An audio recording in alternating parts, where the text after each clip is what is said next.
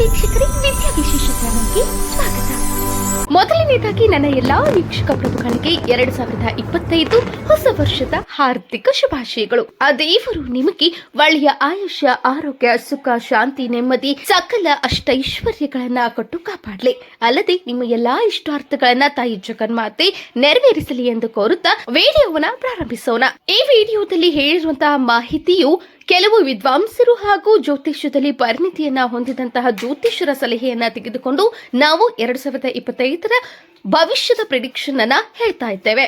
ಯಾವ ಒಂದು ಬದಲಾವಣೆಯ ತಿರುವಿಗೆ ಕಾಯುತ್ತಿದ್ದೀರೋ ವೃಷಭ ರಾಶಿಯವರು, ಆ ದಿನ ಈಗ ಬಂದ್ಬಿಟ್ಟಿದೆ.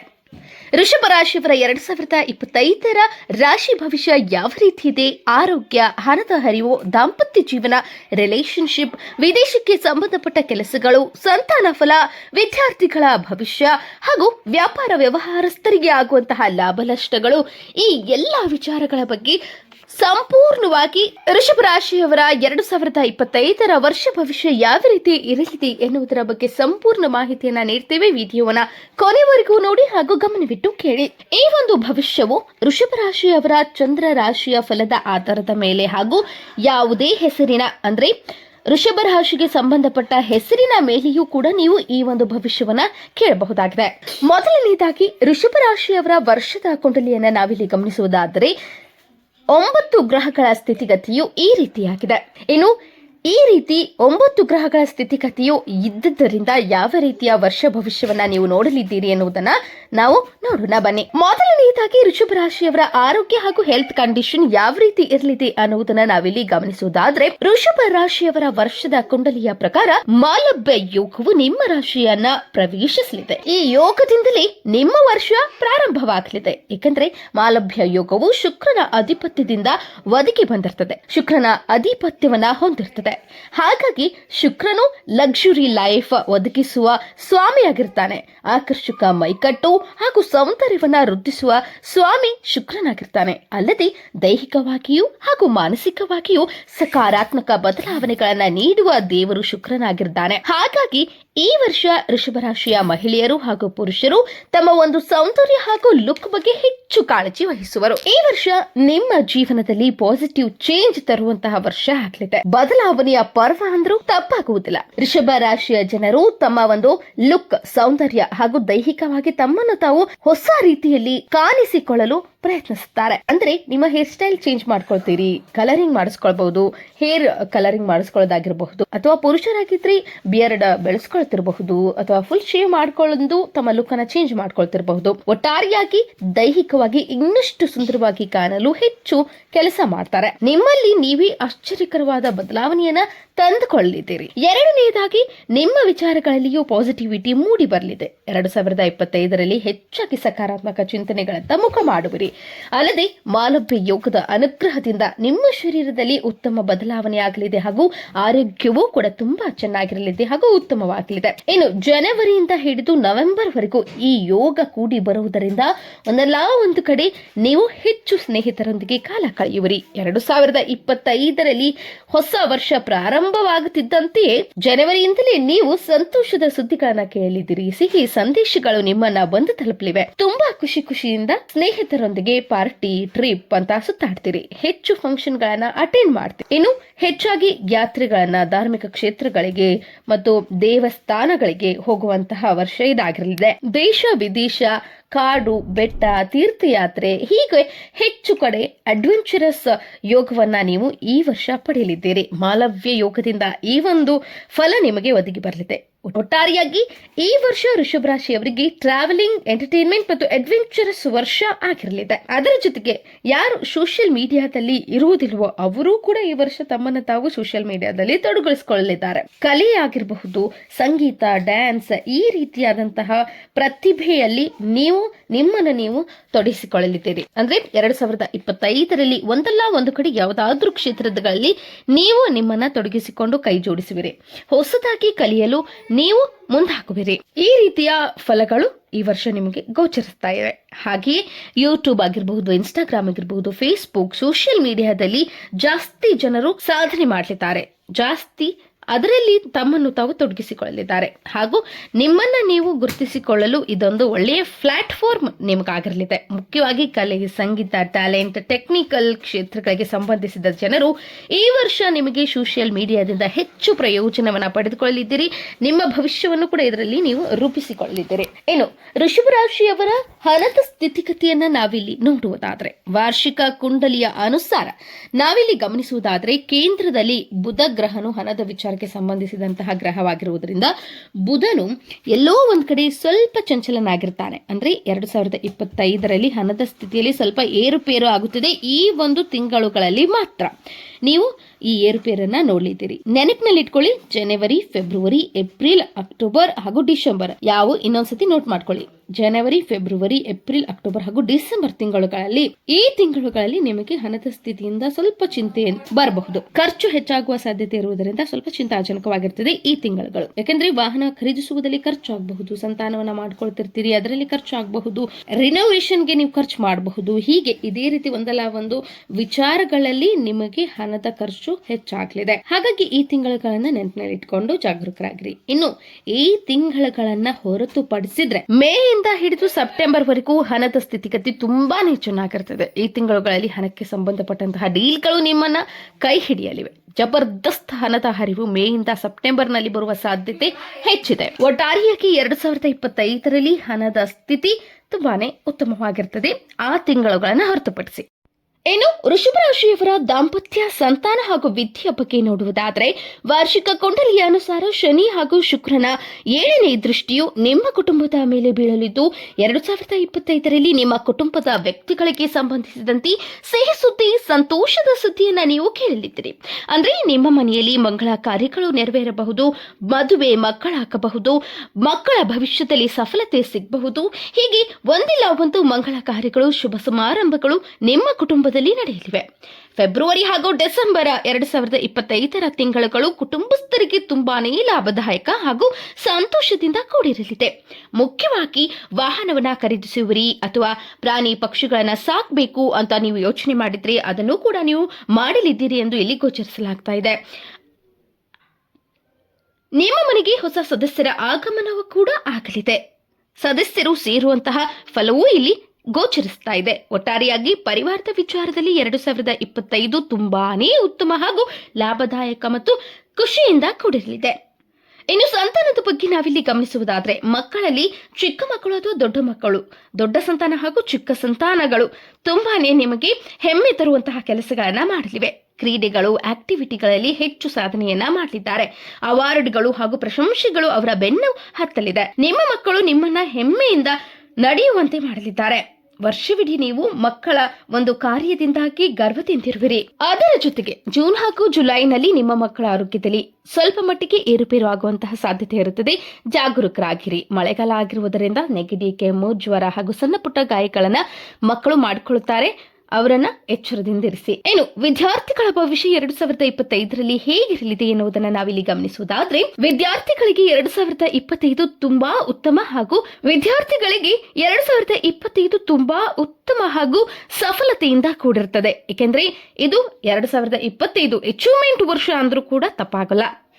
ಜೊತೆಗೆ ಸರ್ಕಾರಿ ಕೆಲಸಗಳಲ್ಲಾಗಿರಲಿ, ವಿದ್ಯಾರ್ಥಿಗಳಿಗೆ ಸಫಲತೆ ಸಿಗಲಿದೆ.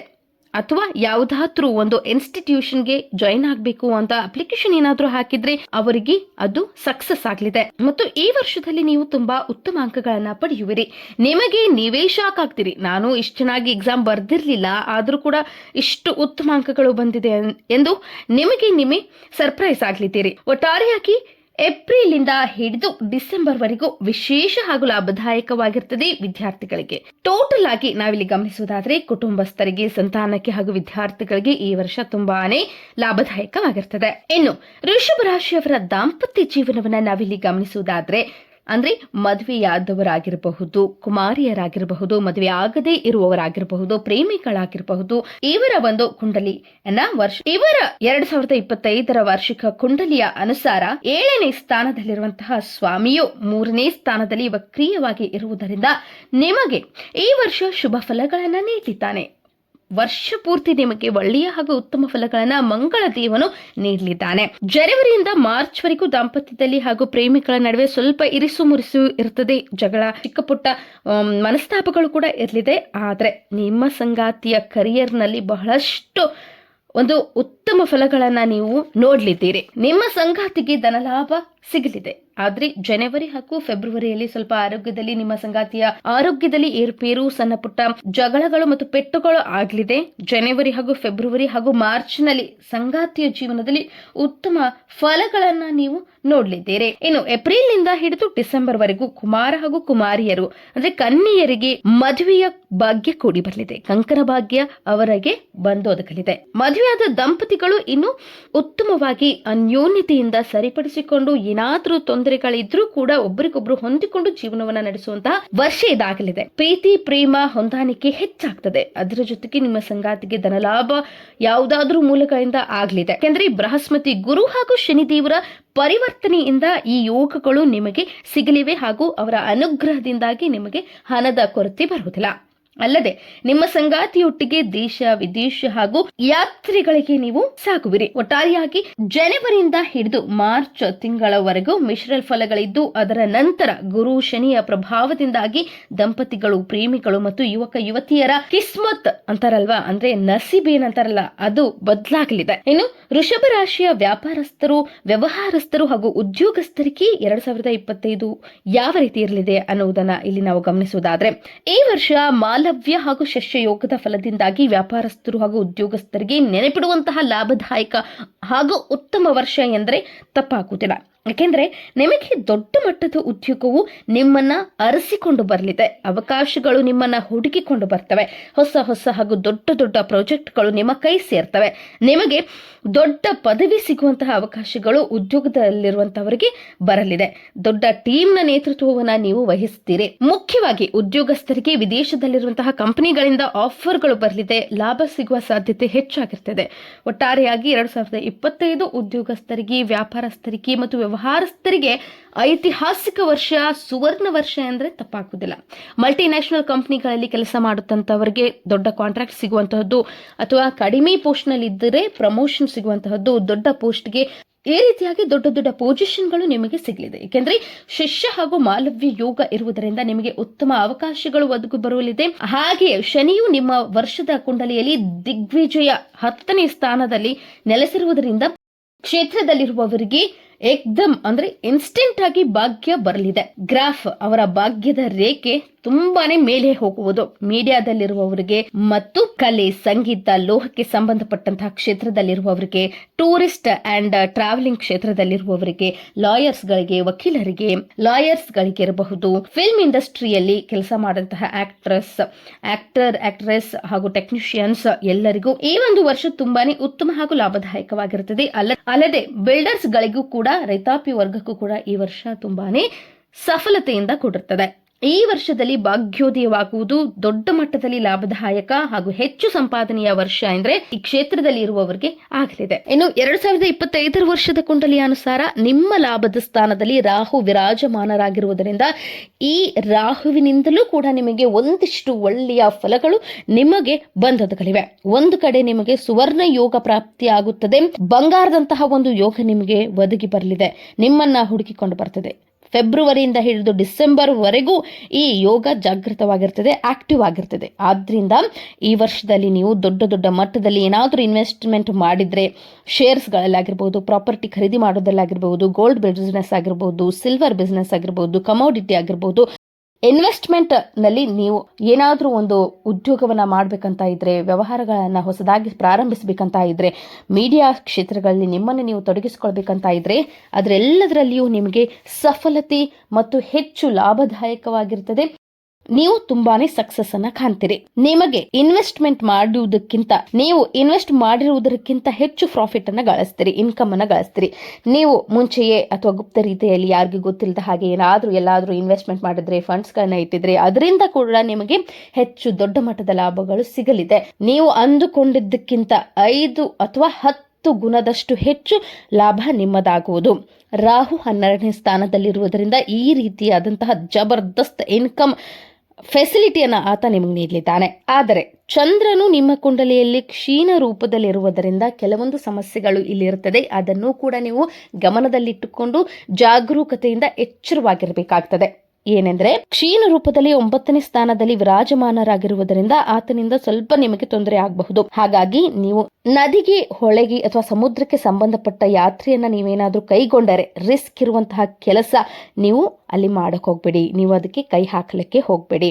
ಯಾಕೆಂದ್ರೆ ಹರಿಯುವ ನೀರಿನಿಂದ ನಿಮಗೆ ಸ್ವಲ್ಪ ತೊಂದರೆ ಆಗುವ ಸಾಧ್ಯತೆ ಹೆಚ್ಚಿರ್ತದೆ. ಹಾಗಾಗಿ ಸ್ವಲ್ಪ ಜಾಗರೂಕರಾಗಿರಿ, ಎಚ್ಚರಿಕೆಯಿಂದ ಇರಿ. ಅದರ ಜೊತೆಗೆ ನೀವು ಡ್ರಿಂಕ್ಸ್, ಆಲ್ಕೋಹಾಲ್ನಿಂದ ದೂರವನ್ನ ಕಾಪಾಡ್ಕೊಳ್ಳಿ. ಏಕೆಂದರೆ ದುಶ್ಚಟಗಳಿಂದ ನೀವು ಎಷ್ಟು ದೂರವಿರ್ತೀರೋ ಅಷ್ಟು ಈ ವರ್ಷ ನಿಮಗೆ ಏಳಿಗೆ ಆಗಲಿದೆ. ತುಂಬಾನೇ ಉತ್ತಮವಾಗಿರ್ತದೆ. ಈ ವರ್ಷ ನಿಮ್ಮ ಅಭಿವೃದ್ಧಿಯ ವರ್ಷ ಎಂದರೆ ತಪ್ಪಾಗುವುದಿಲ್ಲ. ಹಾಗಾಗಿ ಅಭಿವೃದ್ಧಿಯ ವರ್ಷ ಇರುವುದರಿಂದ ಮಿತ್ರರೊಂದಿಗೆ ಹೋಗ್ತೀರಿ, ಪಾರ್ಟಿಗೆಲ್ಲ ಹೋಗ್ತೀರಿ, ಫಂಕ್ಷನ್ಗೆಲ್ಲ ಹೋಗ್ಲಿದ್ದೀರಿ. ಹಾಗಾಗಿ ನೀವು ಅಲ್ಲಿ ಆಲ್ಕೋಹಾಲ್, ಸಿಗರೇಟ್ ಈ ರೀತಿ ನೀವು ದುಶ್ಚಟಗಳಿಗೆ ಬಲಿಯಾಗದೆ ನಿಮ್ಮನ್ನ ನೀವು ಅದರಿಂದ ದೂರ ಇರಿಸಿಕೊಂಡಿದ್ದೆ ಆದಲ್ಲಿ ನಿಮ್ಮ ಅಭಿವೃದ್ಧಿ ಹಾಗೂ ನಿಮ್ಮ ಒಂದು ಏಳಿಗೆಯನ್ನ ಯಾರಿಂದಲೂ ತಡೆಯೋಕೆ ಆಗೋದಿಲ್ಲ. ಹಾಗಾಗಿ ಈ ಒಂದು ಕಿವಿ ಮಾತನ್ನ ನೀವು ನೆನಪಿನಲ್ಲಿ ಇಟ್ಕೊಳ್ಳಿ. ಒಟ್ಟಾರೆಯಾಗಿ 2025 ವೃಷಭ ರಾಶಿಯವರಿಗೆ ದೊಡ್ಡ ಮಟ್ಟದ ಸಕ್ಸಸ್, ಲಾಭ, ಇನ್ಕಮ್, ಪ್ರಾಫಿಟ್ ನೀಡಲಿದೆ. ಈ ವರ್ಷದಲ್ಲಿ ನೀವು ತುಂಬಾ ಒಳ್ಳೆಯ ಅನುಭವಗಳನ್ನ ನೋಡ್ಲಿದ್ದೀರಿ ಮತ್ತು ಒಳ್ಳೆಯ ಮೆಮೊರೀಸ್ ಗಳನ್ನು ನೀವು ಈ ವರ್ಷ ಕೂಡಿಡಲಿದ್ದೀರಿ. ನಾವು ಹೇಳಿರುವಂತಹ ಈ ಮಾಹಿತಿ ನಿಮಗೆ ಇಷ್ಟವಾದಲ್ಲಿ ನಮ್ಮ ಚಾನೆಲ್ ಅನ್ನ ಲೈಕ್ ಮಾಡಿ, ಶೇರ್ ಮಾಡಿ, ಸಬ್ಸ್ಕ್ರೈಬ್ ಮಾಡಿ ಮತ್ತು ನಾವು ಹೇಳಿರುವಂತಹ ಈ ಮಾಹಿತಿಗಳು ನಿಮಗೆ ಸತ್ಯವೇ ಆಗಿದ್ದಲ್ಲಿ ನಮ್ಮ ಕಮೆಂಟ್ ಬಾಕ್ಸ್ ನಲ್ಲಿ ಬಂದು ನೀವು ಕಮೆಂಟ್ ಮಾಡಿ.